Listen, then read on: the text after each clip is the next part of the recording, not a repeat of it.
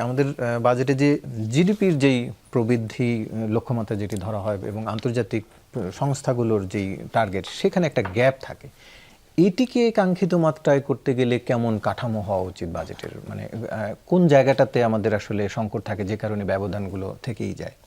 ধন্যবাদ। আমি একটু প্রেক্ষাপটটা একটু ব্রড লাইনে একটু ব্যাখ্যা করতে চাই।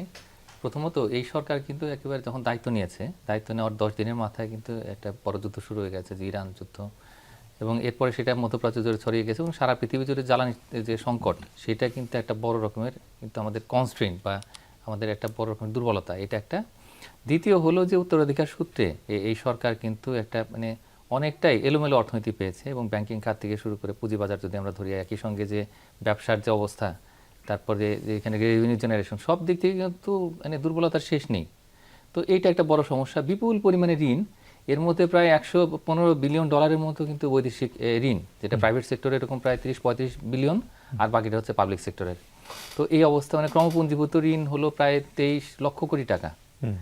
তা আবার অন্যদিকে হলো যে অনেকগুলো সংস্কারের চাপ, জনপ্রত্যাশা, এগুলো তো আছেই। এর মধ্যে সংস্কারের তো আমাদের কতগুলো কমিশন তৈরি হয়েছিল, এবং একই সঙ্গে যে বিএনপির নিজেরও 31 দফা সংস্কার, এটা কিন্তু আছে। আবার অন্যদিকে IMF, বিশ্বব্যাংক তারাও চাচ্ছে যে বাংলাদেশে একটা বড় রকমের সংস্কার একেবারে রাতারাতি হয়ে যাক। এর মধ্যে যে রাজস্ব খাতে সংস্কার, সেখানে রাজস্ব জিডিপির রেশিও বাড়াতে হবে, এবং এটি ছাড়াও যে এই জ্বালানি খাতে, বিদ্যুৎ খাতে ভর্তুকি, এগুলো প্রত্যাহার করতে হবে। অন্যান্য খাত যেগুলো আছে সেগুলো থেকে আস্তে আস্তে ভর্তুকি তুলে নিতে হবে, এবং একই সঙ্গে যে রাজস্ব প্রশাসন এবং রাজস্ব নীতি, সেগুলোর তো সংস্কার লাগবে। বাইফার্কেশন অলরেডি এতে লতে হয়েছিল, কিন্তু এগুলো এক্সিকিউট তো হচ্ছে না। আর অন্যদিকে এই যে যারা সরকারি কর্মকর্তা কর্মচারী, তাদের জন্য যেটা প্রফেসর আইনুল সারানি বললেন যে এখানে প্রায় 35,000 কোটি টাকার একটা নতুন আসবে। তো এটা একটা পোর্শন আর কি, যে 11 থেকে 20 যারা যে ওদের যে স্কেল, পে স্কেলের মধ্যে আছে, তাদের একটা অংশ হয়তো তারা এটা পাবেন।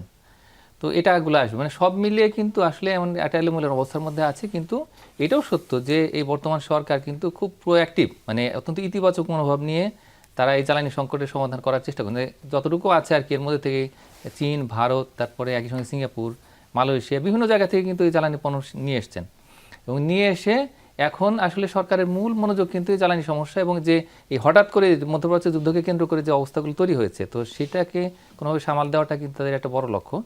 এর পাশাপাশি সরকার যে একটা কাজ করছে, সেটা হলো যে প্রবৃদ্ধির গতি ত্বরান্বিত করা, এবং এই ইলেকশন ম্যানিফেস্টো সেটা বাস্তবায়নের জন্য দুটো কমিটি তৈরি করেছে। একটা হলো অ্যাডভাইজারি কমিটি, আর একটা টেকনিক্যাল কমিটি। টেকনিক্যাল কমিটি আমি মেম্বার, আজকেও আসলে এখানে বৈঠক হয়েছে, এবং সামনের দিনগুলোতে আরও বৈঠক হবে।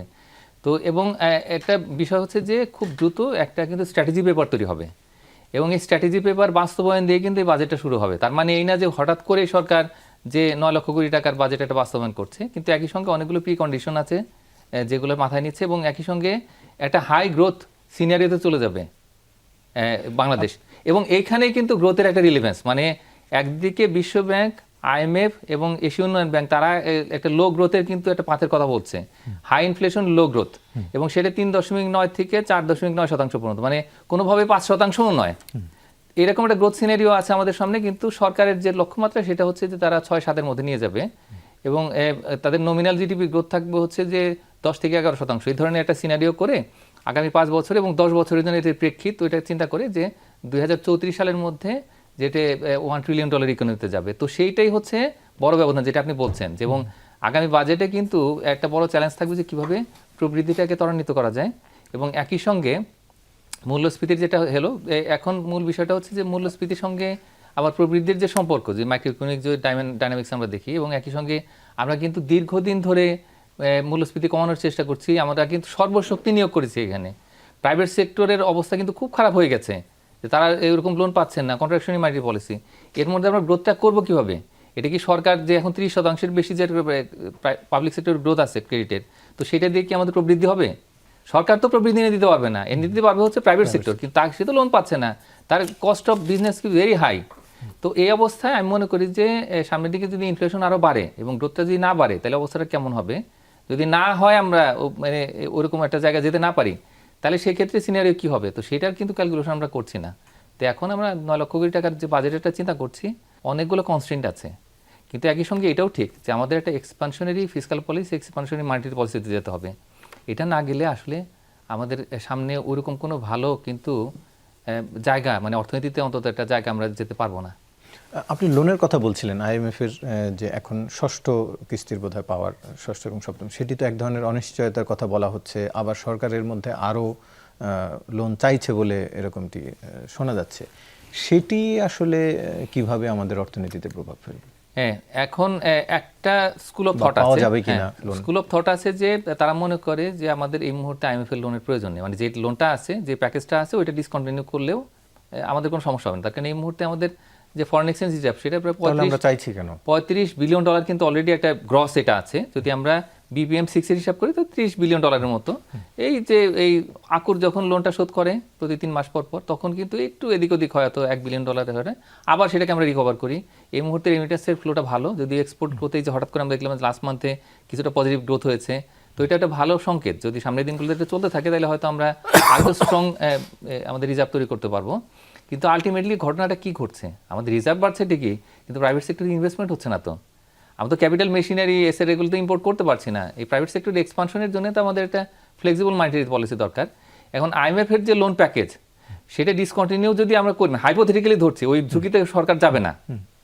তারা এই শর্তগুলোও নেবে, কঠিন শর্ত বাস্তবায়নের চেষ্টা করবে, আবার অন্যদিকে কিন্তু তারা ওই অন্যান্য যে সমস্ত প্যাকেজগুলো আছে, যেটার কথা বলা হচ্ছে, আপনি যেটা বললেন, সেটা হলো যে এই প্যাকেজের পাশাপাশি আর একটা প্যাকেজের জন্য নেগোসিয়েশন হচ্ছে, এবং সেটাও আইএমএফ দিতে রাজি আছে, কিন্তু তারা চায় খুব কঠিন শর্ত বাস্তবায়ন, সংস্কার। ওই সংস্কার কিন্তু সেই সংস্কার কমিশনের সংস্কার নয়।